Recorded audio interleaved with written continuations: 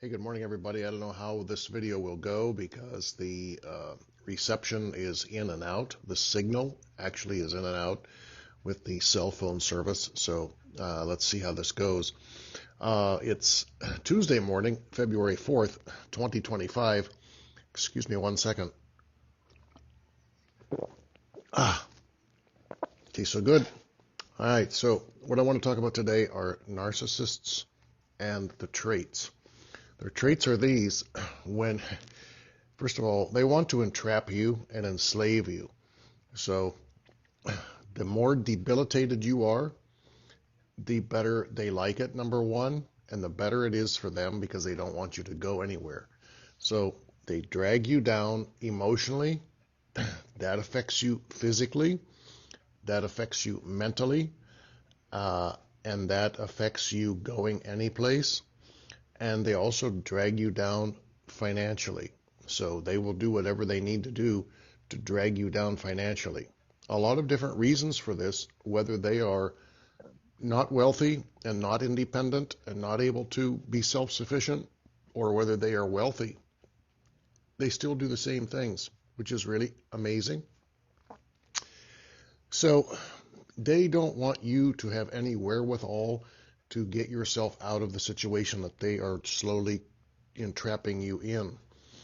Um, all of my videos are unscripted. All of my videos are based on true life experience of my own. And whether those people want to believe that about themselves or not, which they won't, it doesn't matter. So it doesn't matter who sees this. It's true life experience. Now, they're very miserable people. And the thing is, when you get to the point of that you are leaving that relationship, that entrapped situation, they will beg, scream, cry, promise everything to you to get you to believe that they are going to change, that, you know, they didn't realize this just happened out of the blue. That's a statement I heard. This out of the blue. Really? Really? 4 or 5 years later, after I was leaving before, this is out of the blue? I don't think so. They will promise they're going to change. They will promise it's never going to happen again. They will promise they're going to try so hard. They will they will kick and scream and cry and do whatever they have to do to get to you emotionally because they know they can. Generally, they know generally they can get to you. So when you show another side, they hate that, and then that's going to escalate the entire situation. And they will lie, and they will lie in police reports. They will lie and do whatever they need to do to keep you entrapped. That's my true life experience. And I'm just trying to encourage you, if you're in a narcissistic relationship. I didn't even know it was a narcissistic relationship at the time it was happening. It took me many years to realize, oh, that was a narcissistic relationship. Oh, that's what that was. Oh, I didn't know. I even did a video in 2019 that says, boy, I'm glad I'm not in a relationship with a narcissist because that seems really complicated. And that's true. And that was a true statement in a live video in 2019, and I was in a. So sorry for that interruption. So it wasn't until I realized I was in a relationship with another person, another narcissist, that I realized later, months later, that, oh, this other relationship was a narcissist also. I had no idea. I didn't know anything. The word is long, it's complicated, it sounds difficult, and it is.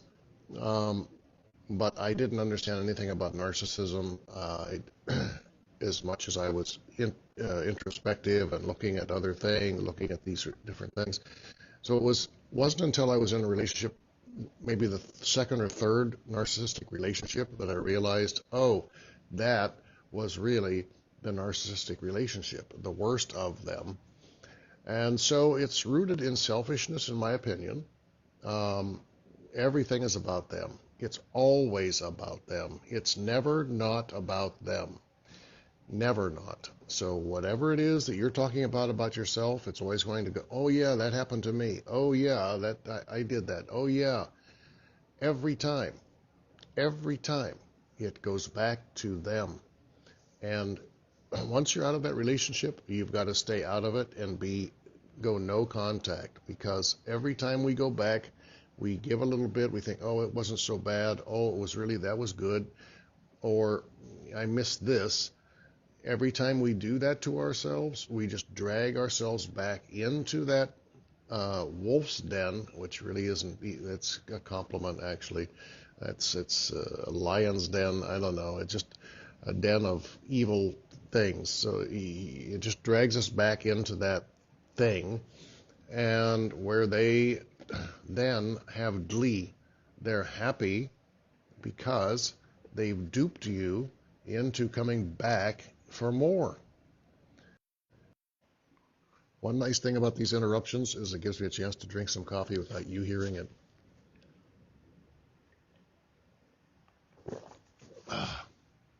All right. So I just wanted to do this video this morning because this was on my mind through the night. I ran across a photograph of me the day I was leaving for Asia and finally getting away from the situation, and the photograph 53 days later of being like a lot lighter, a lot smaller. So maybe I'll post that photograph in the comments of this video. It's an amazing comparison of the day that I was leaving for Asia and getting away from that relationship, and 53 days later, I think it was, 4 months, that's what it was, not 53, 4 months, I think it was 53 pounds. Anyway, 4 months later, the total change in my appearance. I don't look so good this morning, but you know what I mean. You'll be surprised when you see the before and the after. So I'm just trying to encourage you, if you are, hopefully you're not, but because there are so many of these people around, you may be, in a relationship that's unhealthy, and you need to get out of it, and you need to get out of it strategically. You need to have a plan, and you need to keep that plan to yourself. For the most part, you need to have like 1 or 2 or 3 close friends that know what's going on, and then you need to get out and then never go the fuck back. So we give up a lot, but it's well worth it. So if you've had to, you may have to sleep in your car, you may have to rent a room with somebody that you don't really like. You don't know that, of course, when you're doing it. You've got to do whatever you've got to do for your living situation, which is what keeps us stuck in these relationships, is not having a place to go or the financial wherewithal to get out and rent a place. That's what usually keeps us stuck, and they keep us stuck. They will overspend us if we're the main earner. They will trick us into expenditures that we don't normally need. That's just a waste of money, and we have no way of getting out. So this is my own personal experience. This is for entertainment purposes only. It's ridiculous what we have to say online, isn't it? But yet the politicians can lie to us every day. All right, kids, stay positive. Stay away from negative people. If you're in a narcissistic or toxic relationship, you need to get out of it, and you need to stop lying to yourself. Have a great day.